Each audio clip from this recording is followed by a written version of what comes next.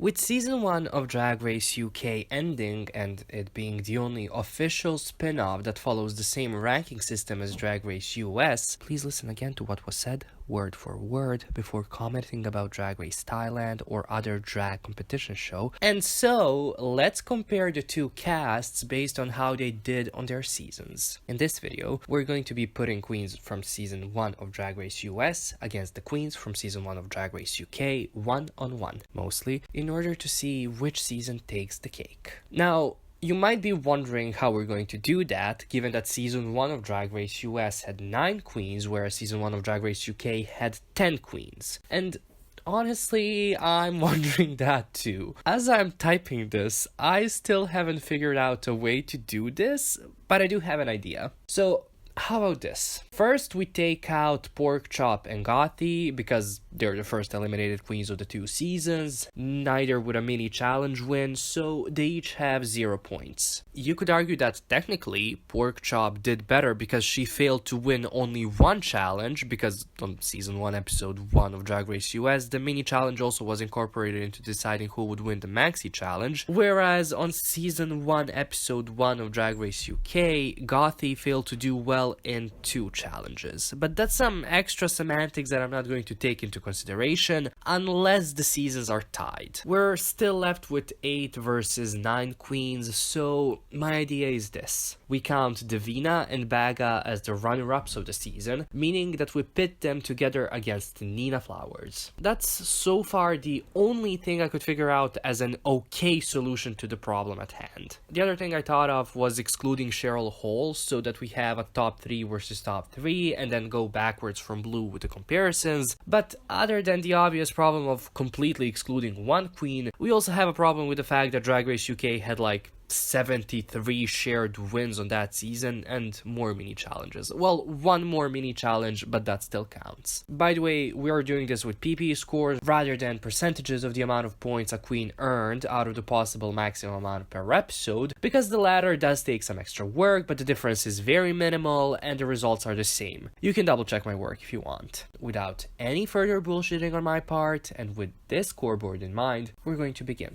So the first pair of queens is Tammie Brown and scaredy-cat. I won't be bringing out a graph for this because we're just talking about 2 episodes. Both of these queens were safe in the first episode and then eliminated in the second episode. However, scaredy-cat won the first mini challenge on season 1 of Drag Race UK, putting her just a tiny little bit above Tammie Brown and bringing Drag Race UK its first win. Next up, we have Akashia and Vinegar Strokes. It's interesting that we have these 2 queens here, given that both of them had kind of a poor showing on the show, and between them there are 5 bottom 2 lip syncs. So almost all of the time they were lip syncing for their life. However, Vinegar was lucky enough to be on Viv's team in the second episode, where she earned 4 points, given that she placed high with the rest of her teammates, putting her PP score over Akashia's. The third pair of girls we'll be looking at is Jade and something Wong.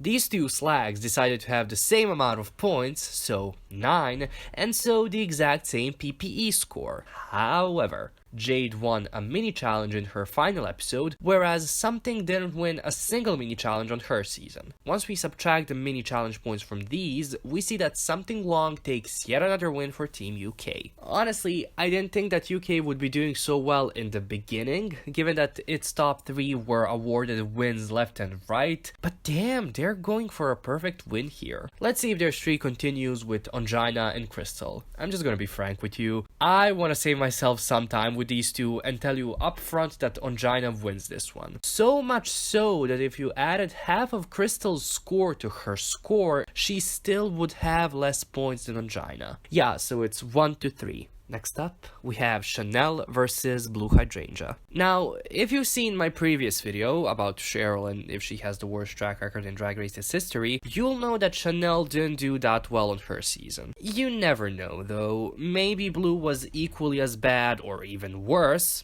Let's see. So they both play safe in the first episode, but then Shannel takes a lead with her being in the winning team in the second episode, and Blue being in the losing team, and furthermore Blue being in the bottom two. And Shannel keeps this advantage in the third episode as well, even though she's in the bottom two now. They then tie in the fourth episode. With 2 episodes left and neither of them winning a single point in the 6th episode, their placements in the 5th episode decide the winner here and now. Well, Shannel placed high in this episode with her work in the makeover challenge. However, Blue won the episode 5 maxi challenge alongside Baga and Davina, and so she takes the win, earning another point for the UK team.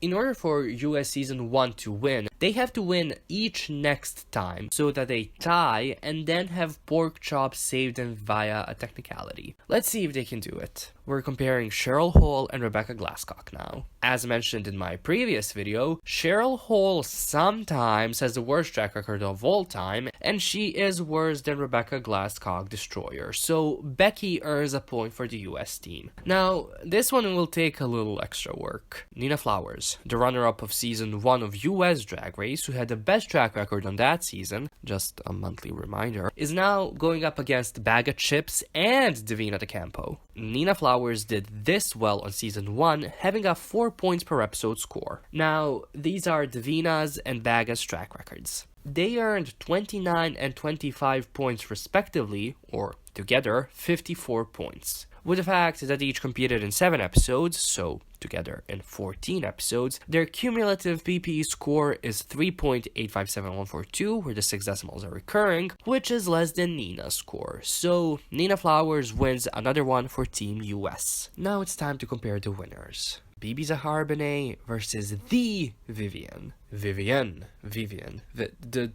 winner. Maybe the winner? I don't know. Let's do them episode per episode and then compare their PP scores. The Viv starts off doing better than Bibi, given that she wins the first maxi challenge of Season 1 of Drag Race UK, whereas Bibi is safe on her season. Oh, who am I kidding? Bibi doesn't even get close to Viv's score, who, by the way, has the same PP score as Nina Flowers. The Viv takes another point for her team, and with that, wins this matchup for the United Kingdom.